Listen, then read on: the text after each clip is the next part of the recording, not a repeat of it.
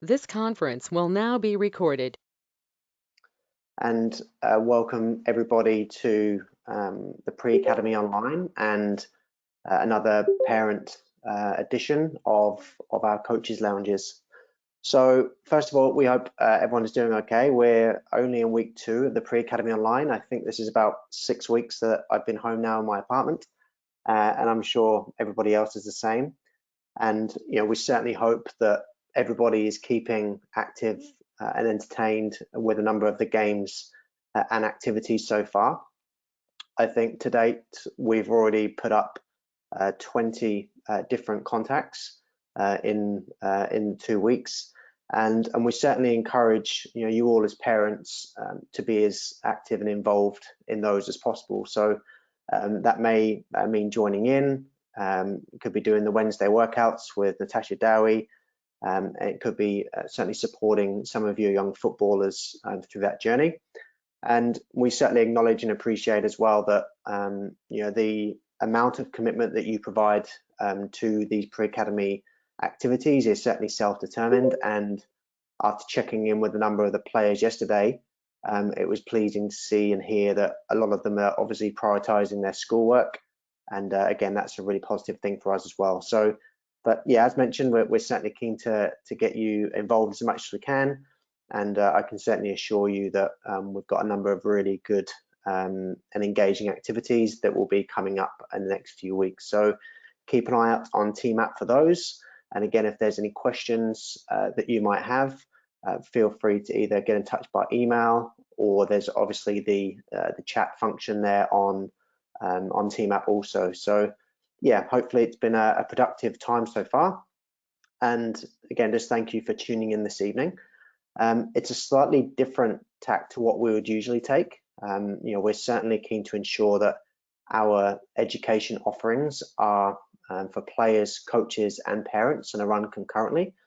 And we're certainly using tonight as an opportunity to give you some indication as to some of the things that we are considering when putting together the pre-academy program, both in terms of obviously our online offering at the moment, and then also our return to play, and obviously when we get back onto the grass as well. So this gives you some insight and certainly indication of some of the things that we're looking to bring in.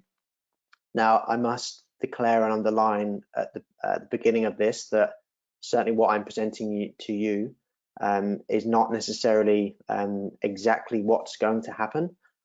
It's just some ideas that we have, and there'll be an opportunity for you to have some input into how this shapes and how this is shaped and put forward. And again, I think I've mentioned previously that obviously as sports administrators and people that are involved in the game, you often make a lot of assumptions around what people want and what people need. There's certainly an invitation to you all to help shape some of the things that we're doing on an ongoing basis. So again, hopefully that's received in the way it's intended, which is to have you as an integral part of what we do in the pre-academy. And yeah, hopefully tonight will again it will be slightly different. It's probably more conceptual issues, but certainly some that we believe are really important to your young players. So what I'll do is I'll just, in terms of the presentation itself, this will likely go for around 30-45 minutes. It's going to talk about 3 particular areas that we have interest in the pre-academy, which is first of all the future of junior sport in Australia.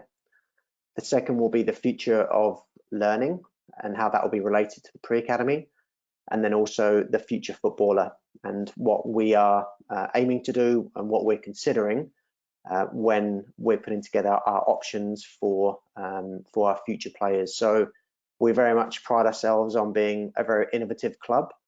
We want to be ahead of the curve, if you like, in terms of programs and offerings across the whole spectrum of players at the club, from recreational players all the way through to our senior teams. And we certainly believe that the pre-academy can be at the forefront of junior football development, and certainly assist with the development of players, coaches and clubs along the way. So tonight, as mentioned, very much around the future of junior sport. As mentioned, that they're not set ideas, that they're certainly just more questions that we're going to pose. And then again, afterwards, we'd love to hear your feedback on some of the things that you think might be important in this area. So to kick off, we, even at this stage, are very much planning for the future. And whether that be the future of Melbourne Victory, whether that be the future of these individual players, but also we have to recognise the different world that not necessarily just pandemic focused, but the different world in which the players of the future will live into those that have lived in the past. And throughout this, there'll be a whole bunch of references from a number of Australian based entities such as the AIS. There's a future of global sport. Also, there's Sport Victoria and a number of others. And unanimously, across all of those agencies, there's an understanding and the expectation that the rate and scale in which we're experiencing social change is unprecedented. And whether that be through different technologies that are available, different social structures that are available, and certainly the environmental and economic ecosystem that a lot of the players live in. And the sports sector generally isn't immune to any of those changes. And there's been a significant change in terms of some of the global trends that have an impact on sport and in football here, certainly in Australia, including things such as rapid urbanisation, globalisation, population growth, and a number of others, just to name a few. And whilst they're presenting a number of challenges for our national body, obviously at the moment and across other sports, there's challenges that we all must, as a club, must also face, and we have to be prepared and anticipate these are going to happen. So we certainly anticipate that they're going to happen, and we're prepared to tackle them. And this is certainly one of our first steps that we're going to take to ensure that the pre-academy and the future footballer is one that we can look after and cater for. And there's three sets of images I'm going to show you, which kind of really indicate the radical change in which sport can go through in a very small period of time. And the images to the left were modern at that time, and they were the latest in technology. They were groundbreaking, and they were making the most of any resources that they had at their disposal. And you fast forward 30, 40, 50 years, and then you'll see just the rapid change in the technology, in the personnel, in the efficiencies, and everything else that surrounds the sporting environment generally. You then look at the next set of images. So again, I'm not old enough to have been in one of those classrooms. I think I was at school at the time where they were just about getting computers, and I think we had an hour a week in computer class. But the classroom of the past was very much quite bland in terms of how it looked. There was a blackboard, there was one teacher. It was largely independent learning, independent study, very much copy, rehearse, repeat until you remember. And I know that many of the parents in the pre-academy have experience as teachers, and I know there's a few listening in on the call today. And the classrooms of today also look very different to what they did before. You then have got football, so the actual game itself. And again, for those that are old enough to remember some of the older generations and the game that was played back then, and you compare that to now, again, very dramatically different. And there's been some major evolutions in terms of the sport, professionalization, migration of players, sports science, and also some of the technical and tactical aspects of it as well. So whilst it may not continue to evolve at a rapid rate, there's certainly no doubt that you can expect that there will be changes ahead. So what we're trying to do here at Melbourne Victory is to try and create and facilitate positive environments that can cater for players of the future. And we certainly won't take our eye off the ball just now. We understand we have a responsibility in the current football system and the current climate to ensure that we make this positive environment now, but we also want to ensure that in the future we can start to do things or consider things that will evolve and change. And we certainly don't want to do the same thing that's always been done before. And certainly the club are ambitious to ensure that the pre-academy program does evolve, and it doesn't just look the same year upon year upon year. We want to evolve, and we hope that the players will evolve with us. So that's our kind of overall problem or task that we're trying to look at, and some of the lenses that we've looked at that through. So the first one is about the future of sports in Australia generally. Now, I've been in Australia for 6 months. I was in New Zealand for 10 years before that. So I kind of understand the psyche, I think, of sports in society here in Australia.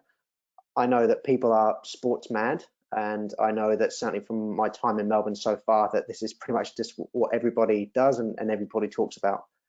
And certainly for the purposes of the presentation, I'm not necessarily going to focus on the image on the left there, which is of the high profile top end of the sporting system across all codes. I'm very much interested in what's going on to the image on the right there, which is essentially community sport and is sport for our future stars, and trying to retain and keep those involved as long as we can. So I'm going to talk mainly around community sport and sport from an age perspective around the pre-academy, so the 8s to 13s age group. And again, I'll ensure that this is shared so you can take a deeper look into this, but I think if you look at Australia as a sporting nation generally, it's very healthy. There's a high participation rate across all sports. There's a reasonable conversion rate between those that are participating at a young age versus those that then become attendees. There was a recent study that was released through Ausplay, who did a significant audit of the sporting ecosystem generally, and the numbers of male, female, everything in between people that are involved in sport is very positive, and on a global scale is probably one of the highest in the most developed countries. So from a future perspective, we would hope that the sporting landscape will continue to evolve. It needs to be seen, obviously, what happens post the current situation, but I would certainly surmise that there will continue to be a desire for sports in Australia. And on the left on the right, there's some changes that we also need to be aware of. So, sports typically are involved in a pay-to-play model. We are part of that system, and there's rising expenditures that come with running programs, certainly of this nature. And there's an increasing use in technology in sport, as well as a number of other considerations that we need to make. So as a general broad brush on this one, there's certainly things to be positive about. And if you look at some of the stats around soccer, football, attendances, they're generally pretty high. So it's safe to say that the future of sport in Australia is safe. And whilst we might not see those participation rates go up massively, there's certainly demand there that we will need to continue offering sport on a regular basis. And one of the main areas for all of these sports generally is to continue to get more children more active more often. And that is a major goal of all junior sports programs, whether it be basketball, yachting, soccer, football, and it's a major part of government policy. So, we're hoping that, junior sport programs, of which the pre-academy is one of them, will continue to be able to impart, some of the positive attitudes, social benefits, physical benefits, technical and tactical benefits and all within a child-safe, centered environment, which is certainly what we're keen to do. And they've surmised that with all those things in place, that junior sport programs will be continued to be worth the required investment, both from obviously parents and players, but also from the club as well. And that's certainly something that we're continued and committed to doing. And the pre-academy and this age group will continue to be a focus for Melbourne Victory. And then if you look at some of the research themes, that mega themes, I think they called them, across sport generally, there were some identified areas which they've encouraged sports to look at. So things such as broader and more inclusive participation, working together with multiple agencies and multiple organisations for mutual outcomes. They've looked to encourage sports organisations to help develop pathways to excellence, and then they've also encouraged them to ensure that there's robust internal systems. And there's some very strong links to what we're trying to do in this space when it comes to the pre-academy, in terms of the numbers of players that are involved in the program, how we're not streamlining sports too early. We are doing everything we can to work with other agencies in terms of organisations such as Football Victoria, the FFA, School Sport Australia, and the Department of Education and Training. So there's a lot of other organisations that will be part of what we do in the future. And then things such as developing pathways, knowing that this is one of the pathways to the academy.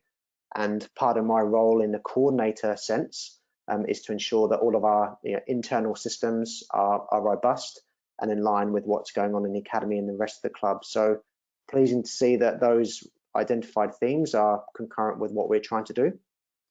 And these are some of the solutions that they also suggested, which may well be relevant to, again, the pre-academy in the future, not necessarily just now, but certainly things along the lines of offering flexibility in terms of attendances and participation across maybe a week, a month, or a year, but understanding that given that Australia is such a multicultural and diverse society, they may well be different needs that our typical members would have. There's certainly a thirst to help retain players for the longer term, and certainly from the pre-academy, our desire is to ensure that we can keep players in the program for as long as possible. So we have no desire to churn players out every single week, and that's why certainly we do things such as guarantee places for particular lengths of time. And certainly the intention is to try and get as many players through the pre-academy as possible into either the academy or into other comparable environments around Melbourne. So that's a real key one. And certainly the stronger complementary connections between organisations. And I'm a firm believer that you're unable to achieve anything on your own, and I believe that the pre-academy would be in that basket also. And that's why we're trying to work very closely and deliberately with, again, other organisations, but also the technical directors at all of the clubs that your players are involved in. And we've offered a number of extensions of invitations to particular events, coaches' lounges and similar, to ensure that we can encourage that stronger connection. And then lastly, reformed recruitment practices. So certainly in our context, it will be to ensure that no player is denied access to offerings that are comparable with their ability. So again, we want to ensure that the pre-academy is one of those areas where they potentially can be recruited into and looked after from this point forward. So I certainly think that, again, there some probably wider macro issues of Australian sport generally that we do need to consider.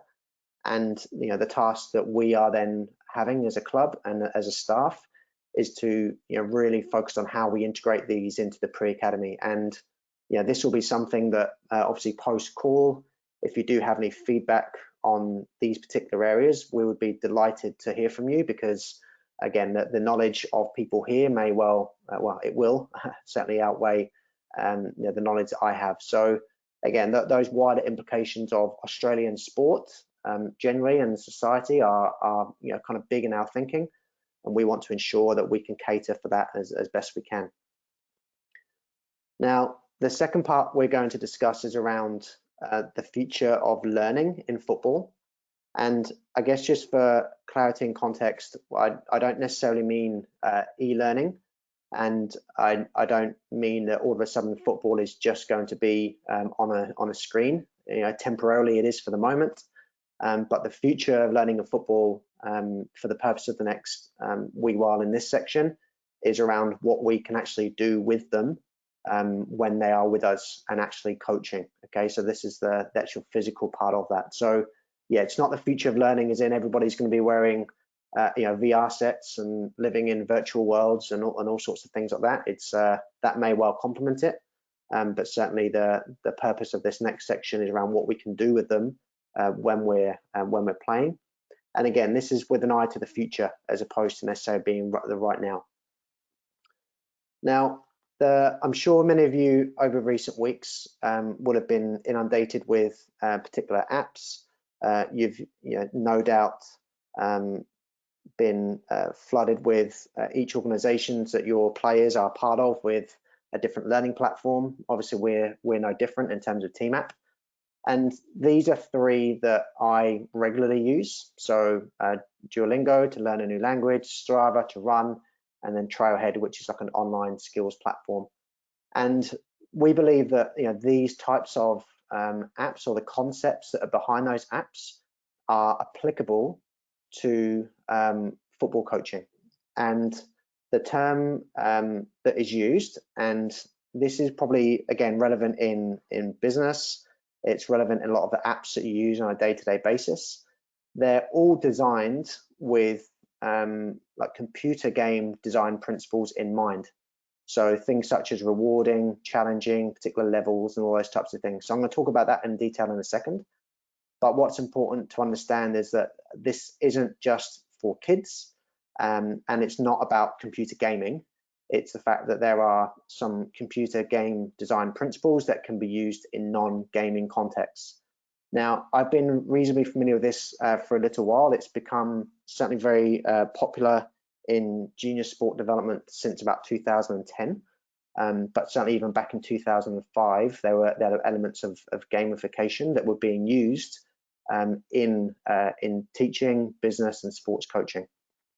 And as mentioned, there's a couple of main principles that gamification uses, which, again, with an eye to the future, we are considering weaving into the current practices of the pre-academy. So this isn't in replacement of, it's not an expense of, but we believe that things such as how to reward young footballers, how to progress achievement and track achievement with them, how to increase their motivation to learn, both intrinsically and extrinsically, and how to challenge them appropriately are some really neat principles which we think we can skillfully craft into what we do. So again, we're not turning everybody into gamers, and it's not one of those things that's just used for kids, but there's certainly some principles of design that we feel are appropriate for our youngsters.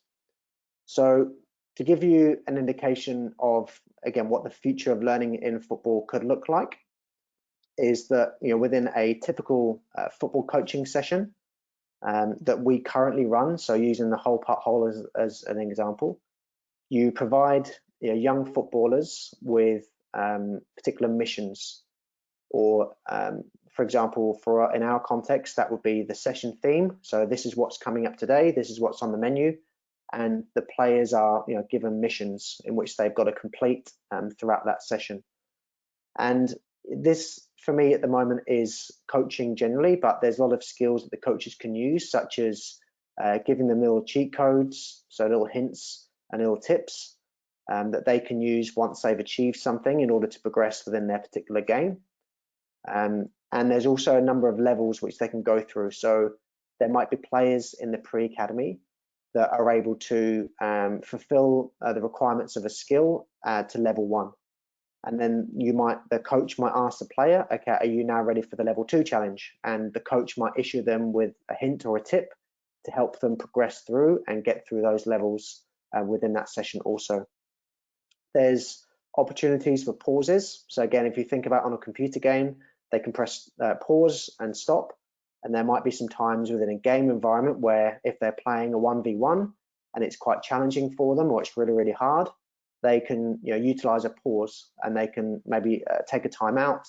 They can use that to ask some questions. They can use that to work with some of their teammates.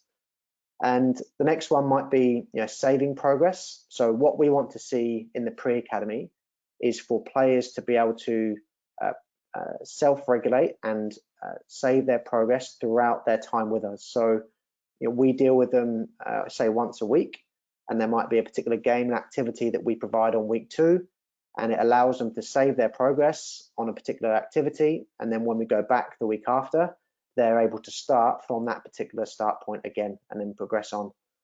And then lastly, it might be things such as superpowers. So if you are playing in a game and you're 3v3, 4v4, and you're really successful at beating your defender 1v1, you might get a superpower such as you're able to take an extra touch, or you're able to bring in an extra person to help you.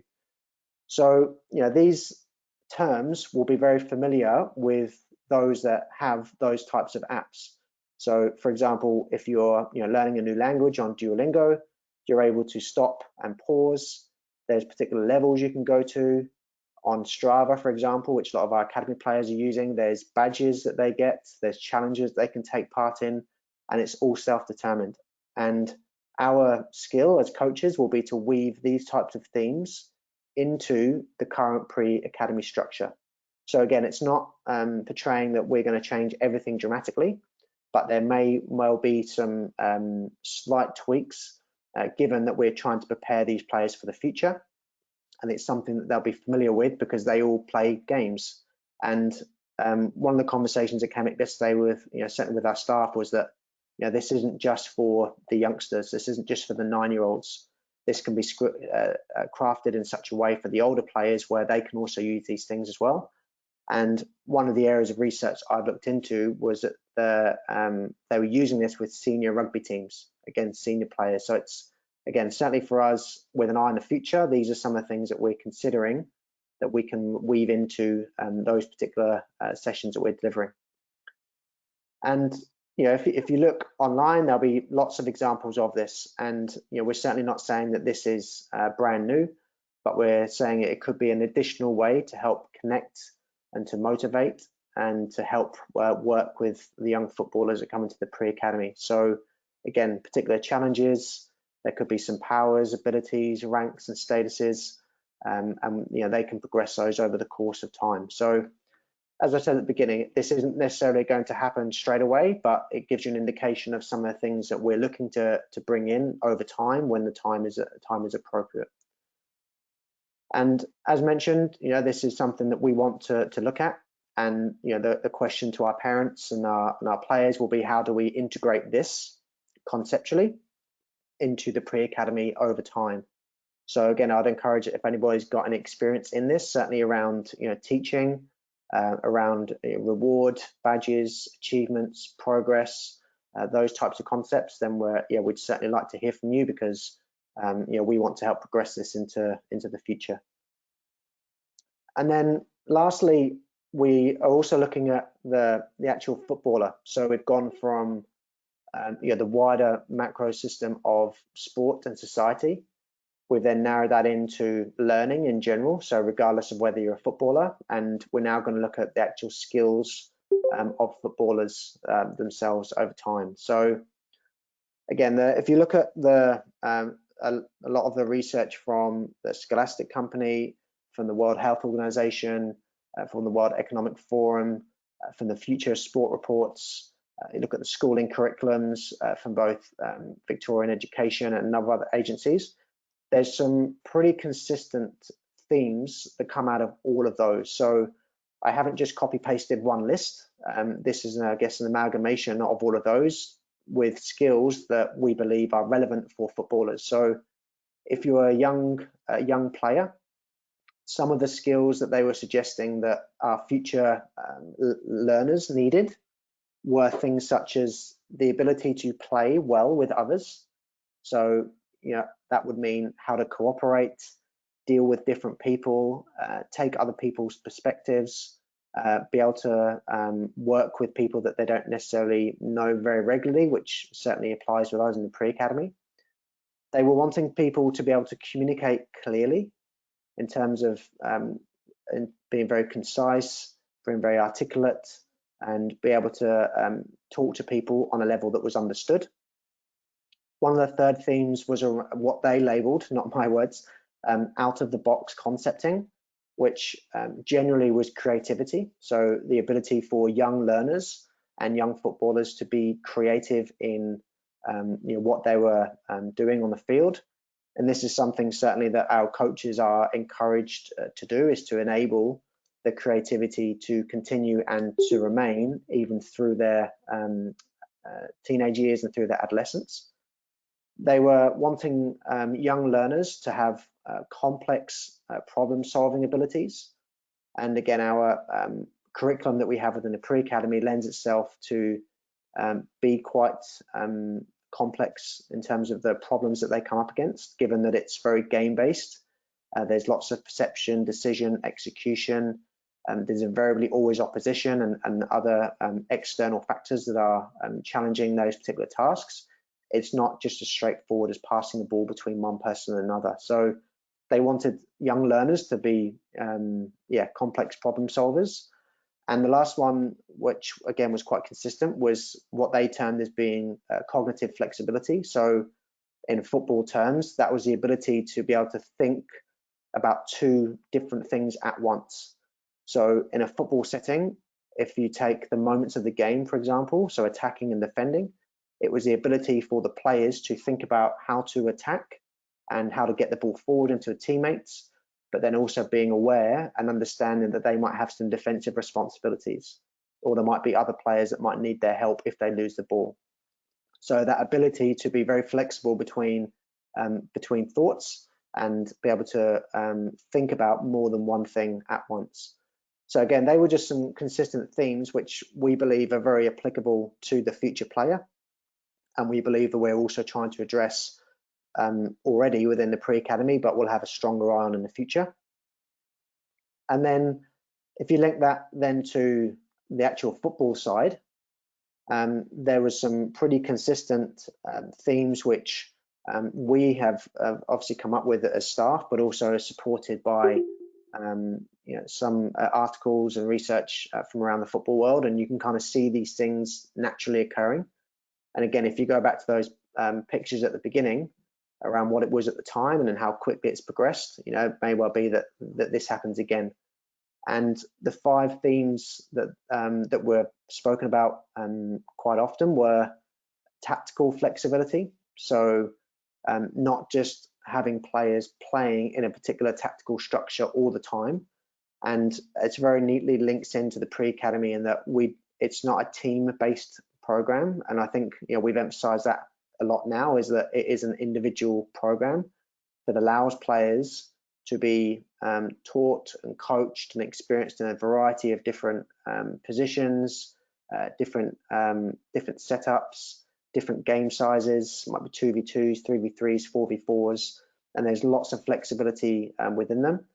And then as they move through, and you'll see this in the academy and beyond, there's a lot of flexibility and fluidity between how those teams are playing also. So the future footballer is one that is tactically very flexible, and we believe that you can start to embed some of those behaviors at a very young age by not putting them in a particular position, not just giving them particular training on a particular position at the expense of others, and allowing them to experience new things. And same again with the player versatility. So this even stems from goalkeepers and having young footballers, male and female, that have the ability to play in multiple positions, in whether it be attacking positions, defending positions, on the left, on the right. And again, we have a responsibility to ensure that we can expose them to a lot of those different situations. And if you look at a lot of the top players now, they're very versatile and they can play in multiple parts of the field. Again, try and think about what they're going to be like in 10 years' time. And I certainly don't forecast that all of a sudden they're then going to be very rigid and they can only play one position again. And I think that that will certainly continue to develop. So again, we have a responsibility to do that. There was a lot of talk of game insight. And again, it might be in your language, game IQ. It could be game intelligence. It could be the ability to read play. however you might term it yourself. But certainly for us, having young players who have the ability to anticipate and react and see things maybe 1, 2, 3 steps ahead of everybody else, will be a really important thing that they've got to have now and also in the future. And creativity within structure. And we spoke about this at length with our staff this week around, our role is to facilitate an environment and facilitate a learning structure that will enable players to be creative within it. So, whilst we might have some rules and guidelines and boundaries on the particular types of practices that we do, or the formats that we play in, or the structures that we are putting across in the pre-academy, we want to encourage our young players to be creative within that. And we're certainly not of the ilk where we're going to be prescribing particular paths or funneling players down one particular avenue if they can do something different. And that goes through to the top level as well, where you might have structures in place with particular tactics or formations, but then you expect that the players are able to find their own problem and solutions within those structures. So having creativity within boundaries, as opposed to being a free-for-all, will be one thing that certainly the future footballer will need, and we have our eye on. And then lastly, and this is probably one that's most commonly referred to, which is like the physical output. And again, you had a picture of Stanley Matthews at the beginning versus Cristiano Ronaldo now. The physical output has dramatically increased, and there will be a point where the human body can do no more. We don't know when that will be, but there will be a point where speeds will start to plateau. There might be a point where strength might start to plateau. There might be an average build that footballers, male and female, both have. So there's without doubt an understanding that it won't continue to go at the rate, but it will certainly continue to be a determining factor for a lot of young players at the top level. So again, that's why lots of our games activities at the pre-academy are very active. There's lots of games, there's lots of evasion, there's lots of running around, and there's hopefully a lot of sweaty players at the end of it. So yeah, it's not a physical boot camp, but some of the physical outcomes which they will get from that type of practice is one that we believe will be of benefit to them. And again, an invitation to you all post this to think about if there's different ways which you believe that these types of themes can be integrated into the pre-academy. Again, hopefully we've created a safe enough and open up environment to assure you that we're open to those things.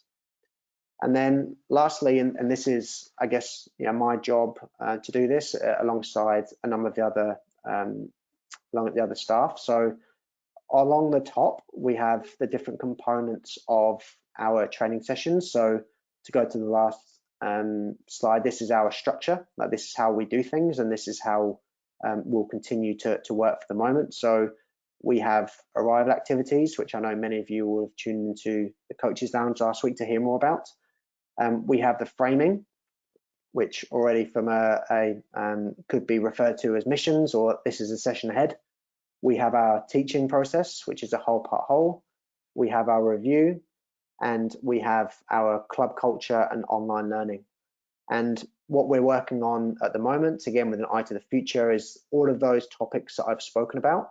Is we're trying to ensure that as many of those future skills, both as learners and as footballers, are catered for within our coaching sessions.